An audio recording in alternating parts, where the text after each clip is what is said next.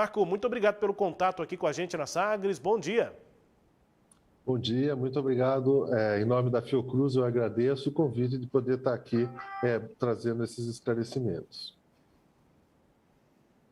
Bom, queria que você detalhasse qual foi o processo para a gente ter uma vacina 100% nacional. Por que enfim, quais são as dificuldades e por que a gente consegue agora, depois das produtoras ao redor do mundo, conseguirem a vacina antes? Marco, o que é que dificultou esse processo para agora a gente conseguir? Na verdade, nós tivemos aí, né, no nosso projeto, de uma maneira muito rápida, uma busca de entrega para a sociedade brasileira do maior quantitativo de vacinas. Isso foi feito no primeiro momento com o auxílio do nosso parceiro internacional, que é a empresa AstraZeneca, que tem os direitos de explorar a tecnologia desenvolvida na Universidade de Oxford, que nos forneceu o insumo farmacêutico ativo, e nós, na Fundação Oswaldo Cruz, já desde fevereiro do ano passado, estávamos fazendo as etapas de formulação, envase e controle de qualidade. Mas, ao mesmo tempo que estávamos tocando esse processo que permitiu que entregássemos 150 milhões de doses da vacina no ano passado, nós estávamos, desde julho, incorporando também a produção do insumo farmacêutico ativo no Brasil. Isso foi feito já com a produção de um quantitativo de lotes aí necessários para que a gente pudesse fazer o peticionamento junto à Anvisa da alteração do local de fabrico, né? É importante que a gente tenha dizer que nós estamos com a mesma vacina, só que essa vacina agora tem também autorizado que o seu local de fabrico seja a Fundação Oswaldo Cruz. Com isso, nós ganhamos independência e autonomia na produção da vacina. Nós sabemos que desde o início da pandemia temos visto aí uma competição internacional por diferentes insumos, equipamentos de proteção individual, testes diagnósticos, respiradores, vacinas, e nós mesmos tínhamos uma capacidade de produção maior do que a entrega que foi feita, porque estávamos limitados à quantidade de matéria-prima que recebemos. Agora nós temos autonomia que nos permite melhor planejar e, se necessário, fazer entregas ainda superiores às que foram feitas em 2021. Marco Krieger, que é, portanto, vice-presidente de Produção e Inovação em Saúde da Fiocruz, conosco. Cileide Alves, também para os seus questionamentos, a produção que já começou da vacina 100% brasileira. Cileide. Bom dia, muito prazer e obrigada pela sua presença aqui. Só para o nosso público entender, eu queria que o senhor explicasse o seguinte: até o momento, a gente acostumou a ver a chegada do IFA, né, que são os insumos para que fossem depois feitas a vacina aqui. A partir de agora, qual a matéria-prima a Fiocruz vai receber para ela própria produzir esse IFA, ou ela não precisa, ela produz a própria matéria-prima?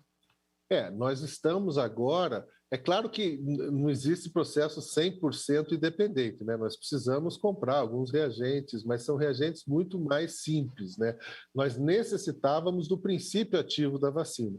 Esse princípio ativo, que é o vírus que leva o vírus atenuado, não replicante, que apresenta ao nosso sistema imunológico a proteína S do coronavírus, é totalmente fabricado na Fiocruz. Nós temos hoje o controle total para a produção desse vírus de forma independente e autônoma na Fiocruz. Então, daqui para frente, nós iremos gradativamente substituir toda as nossas entregas por entregas com a vacina 100% nacionalizada. É importante que a gente saliente que a gente tem uma capacidade aí que está instalada, no momento, por exemplo, superior às encomendas que foram feitas. O Ministério, até o momento, fez uma encomenda para a Fiocruz de 120 milhões de doses de vacinas a serem entregues nesses primeiros 6 meses do ano, e nós poderemos, durante o ano, até mais do que duplicar essa capacidade de entrega, se assim for necessário, né? É importante que a gente diga que, na verdade, o nosso programa de imunização nacional está indo muito bem,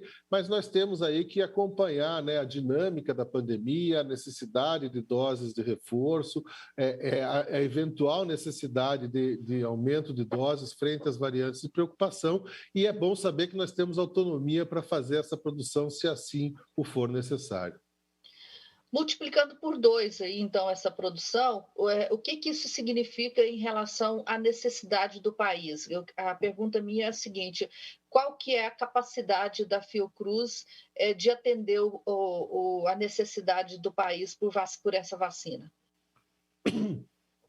Então, nesse momento, nós temos essa encomenda de 120 milhões de doses, né? Se formos imaginar que é uma dose de reforço apenas, porque nossa quase toda a população já recebeu o esquema completo de 2 doses, uma boa parcela já de 3 doses, nós teríamos aí pelo menos metade da população atendida no primeiro semestre.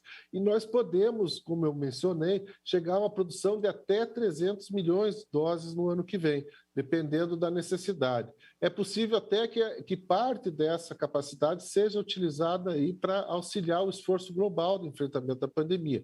A Fiocruz já exporta vacinas para mais de 74 países através de organizações como a OMS, a OPAS, a Unicef, e é possível que, juntamente com nossos parceiros, a gente utilize essa capacidade instalada, desde que atendida a necessidade do Brasil para exportação. Hoje nós teríamos condições de garantir pelo menos uma dose para todos os brasileiros ano que vem e ainda termos uma sobra de uma capacidade de cerca de 100 milhões de doses. Quer dizer, poderia, então, em vez de metade da população e essa sobra, poderia aumentar e chegar aí a quase, sei lá, 70% da população. Eu estou perguntando isso para saber se o Brasil tem como ser autônomo na produção dessa vacina. Nós teríamos como, hoje a nossa vacina ela tem autorização sanitária para utilização em adultos acima de 18 anos, né? Nós estamos fazendo os estudos ainda para avaliar se essa faixa pode ser expandida. Mas para esta população, que é uma população significativa, quase 75% da população brasileira, nós poderíamos sim, com a capacidade instalada na Fiocruz, garantir não apenas uma dose, mas até 2 doses, se forem necessárias para todos os brasileiros. Então, nesse sentido, é importante que a gente saliente essa capacidade, essa autonomia, essa independência que o Brasil passa a ter a partir da incorporação total de uma tecnologia de vanguarda, e de uma nova plataforma de produção de vacinas. Pois é, e aí, por que a AstraZeneca ainda não conseguiu avançar com esses estudos para vacinas para pessoas abaixo de 18 anos? Na verdade, existiram no início alguns eventos que foram estudados, né? E que todas as vacinas têm mostrado efeitos adversos, mas isso acabou que a vacina fosse priorizada para o público mais vulnerável, né? A nossa vacina ela tem uma característica um pouco diferente das outras vacinas, ela tem um compromisso com a saúde global. Ela é hoje já a vacina mais utilizada no mundo, mais de 2,5 bilhões de doses. É a principal vacina que está sendo utilizada, por exemplo, em mecanismo como o COVAX, né, que está distribuindo vacinas para países que têm essa necessidade. E no início foi priorizado as populações mais vulneráveis, que eram os idosos, né, os profissionais de saúde, depois os adultos. As crianças, elas também estão vulneráveis, mas nesse momento os estudos já estão em fase avançada. Nós tivemos a publicação já de alguns resultados em dezembro do ano passado, de estudos de eficácia e segurança, e esperamos aí nos próximos meses poder até contribuir com esses estudos e ampliar a utilização dessa vacina que até o momento ainda não foi obtida, porque foi priorizado realmente esse esforço aí de vacinar as populações mais vulneráveis no primeiro momento. E, infelizmente, né, com o avanço da pandemia, a gente está vendo que outras populações que eram mais naturalmente protegidas agora passam a ser mais expostas pela própria evolução dos vírus. E como que está o estudo sobre a questão de validade da vacina para essa nova variante e para outras que possam surgir? Então, nós temos aí que lembrar, né, que nós começamos um projeto aí há um ano atrás com uma doença desconhecida, que sabíamos muito pouco. Então, foi desenvolvido com base em estudos anteriores, né, uma vacina num tempo recorde, uma vacina que mostrou uma efetividade muito grande em evitar mortes, hospitalização, internações em UTI e mesmo infecções, Mas a gente tem visto, né, que, primeiro, essa proteção ela tem uma duração que é limitada no tempo, né? E esse cenário se soma às variantes de preocupação. Só para trazer um exemplo, com a cepa original, com uma dose da vacina, nós tínhamos já, né, os dados foram publicados na Inglaterra, 90% de proteção com apenas uma dose. E isso se mantinha por um tempo grande. Com a chegada de novas variantes, o caso da variante Delta, esse mesmo nível de proteção precisava de 2 doses. E agora, com a variante Ômicron, a gente está tendo esses 2 efeitos somados. Primeiro, uma diminuição da proteção ao longo do tempo, então uma dose de reforço resgata essa proteção de cerca de 90%, que tem se mostrado efetiva principalmente na proteção dos casos graves. A variante Ômicron é uma variante que tem um conjunto de mutações muito grande que consegue driblar o nosso sistema imunológico para evitar a infecção, mesmo de pessoas já infectadas ou vacinadas, mas a vacina ainda é a melhor maneira de garantir uma elevada proteção contra hospitalização, mortes e internações em UTI. O Israel já está estudando uma 4ª vacina. Quer dizer, a questão agora é o seguinte: nós vamos ter que nos vacinar todo ano, em vez de reforço ou 3ª ou 4ª, essa vacinação entrar no calendário anual, como é o influenza? Eu espero que sim, né? Eu espero que a gente chegue no momento que a gente utilize essa vacina como a gente utiliza a maior parte das vacinas, para proteger e evitar o surgimento de doenças, né? Hoje, infelizmente, a gente está tendo que usar a vacina para controlar uma pandemia, mas a gente toma vacina aí para a maioria das doenças. A Fiocruz produz mais de 10 vacinas que estão praticamente erradicadas no Brasil, essas doenças, mas que é importante que a gente mantenha essa proteção. Então, provavelmente, sim, nós teremos que tomar a vacina regularmente. A gente não tem condições de dizer ainda qual será o período. Uma vez por ano é bastante provável para vírus respiratórios, né, como é o caso da vacina da gripe, como a gente vê. Nós precisamos ainda avaliar esses dados cientificamente, né? No momento, a gente está vendo que 3 doses hoje são suficientes. É possível que a gente precise alterar e melhorar as nossas vacinas, e é possível que a gente precise alterar também o regime de aplicação das vacinas. O senhor tinha visto um momento como esse de questionamento tão forte assim, as pesquisas, as vacinas, a medicação? Assim, o senhor deve ter uma experiência nessa área. O senhor já tinha vivido uma situação como essa? Olha, na verdade, a gente está, né, num mundo hoje muito interligado, né? Então, a capacidade que as pessoas têm de fazer informações circular no mundo está potencializado como nunca esteve, né? Então, a gente tem, eu acho que assim, a grande maioria da população está usando o conhecimento para enfrentar a pandemia. Eu acho que isso é muito importante, no Brasil principalmente, mas a gente tem ouvido de uma forma inédita, e aí você tem razão, né, pessoas que estão utilizando de forma inadequada os meios de comunicação para passar informações que não têm uma validação, né? Eu acho que é importante assim a gente salientar que o conhecimento científico ele não busca ser absolutamente dono da verdade, mas ele tem um método para tentar fazer a testagem das suas hipóteses e usar o conhecimento para enfrentar problemas como esse caso de saúde pública, né? Então, eu não tenho dúvida que a maior parte da sociedade brasileira e mundial acredita que o conhecimento é a principal ferramenta para o enfrentamento da pandemia. Nós temos visto a nossa população aderir, né, ao uso de equipamentos de proteção, como máscara, à diminuição da dinâmica social, à utilização das vacinas, mas, infelizmente, nós temos aí realmente um conjunto de pessoas que estão divulgando informações sem uma base científica, né, sem estar um compromisso com a verdade, e infelizmente no Brasil ainda uma politização dessa questão que eu acho que é realmente inadequada, né, frente à gravidade da maior crise sanitária que nós estamos enfrentando aí nos últimos 100 anos e que ainda não acabou. Nós ainda estamos num momento bastante delicado, com a explosão de casos em todo o mundo, e isso começando a se refletir no Brasil também.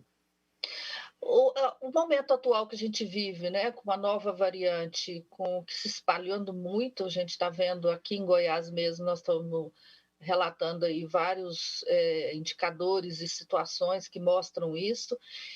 No Brasil todo está vivendo isso, só que a gente está vendo, felizmente, um número menor de óbitos. É um novo momento? O senhor enxerga que as vacinas é que produziram esse novo momento, ou o vírus que é outro, ou é uma combinação das duas coisas? Não tenho dúvida que a gente já vem vendo, né, desde o ano passado, uma diminuição da gravidade da doença nas pessoas vacinadas, né? Só para você ter uma ideia, o número, 80% das pessoas hospitalizadas no Brasil no passado eram pessoas não vacinadas ou com esquema de vacinação não completo, né?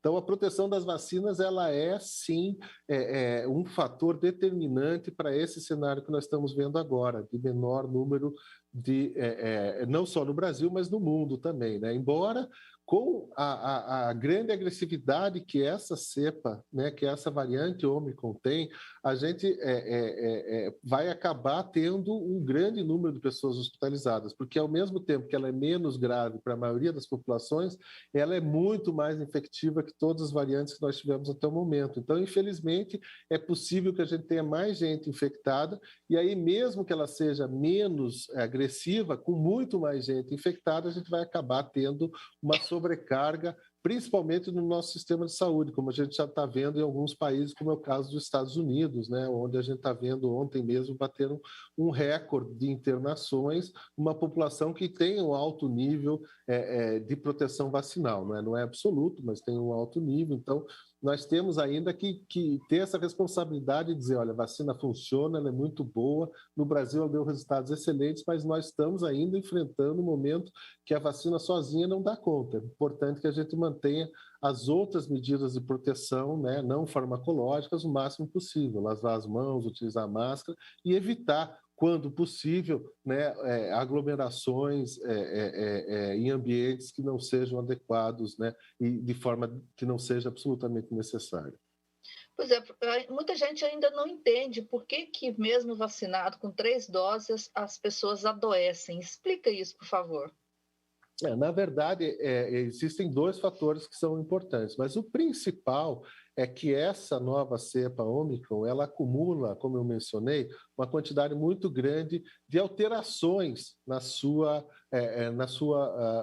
estrutura genética, que reflete na proteína spike, que é a proteína que faz a entrada nas nossas células. Os anticorpos que as vacinas induzem são para evitar que o vírus entre nas nossas células. Como a quantidade de mutações é muito grande, fez com que essa proteína seja um pouco diferente do que era originalmente. Isso engana o nosso sistema imunológico. A gente está vendo de forma inédita pessoas que já foram infectadas ou pessoas vacinadas sendo reinfectadas com essa nova variante. Então, nós temos aí uma situação que não é branco no preto, né? Mas que a gente tem uma cepa mais agressiva que precisa de um nível de proteção maior. Com 3 doses, essa proteção é muito grande, mesmo que a infecção acabe ocorrendo, nós estamos aí com um nível de proteção contra a internação hospitalar, contra a internação em UTI, principalmente contra mortes, ainda muito alto, né? Acima de 90% nas pessoas que estão com esse esquema de vacinação, principalmente com 3 doses. Rubens. É isso, Marco. Obrigado pelo contato com a gente aqui na Sagres. Um bom trabalho aí para você e até uma próxima. Bom dia. Bom dia, muito obrigado. Em nome da Fiocruz, eu agradeço a oportunidade de estar aqui trazendo esses esclarecimentos.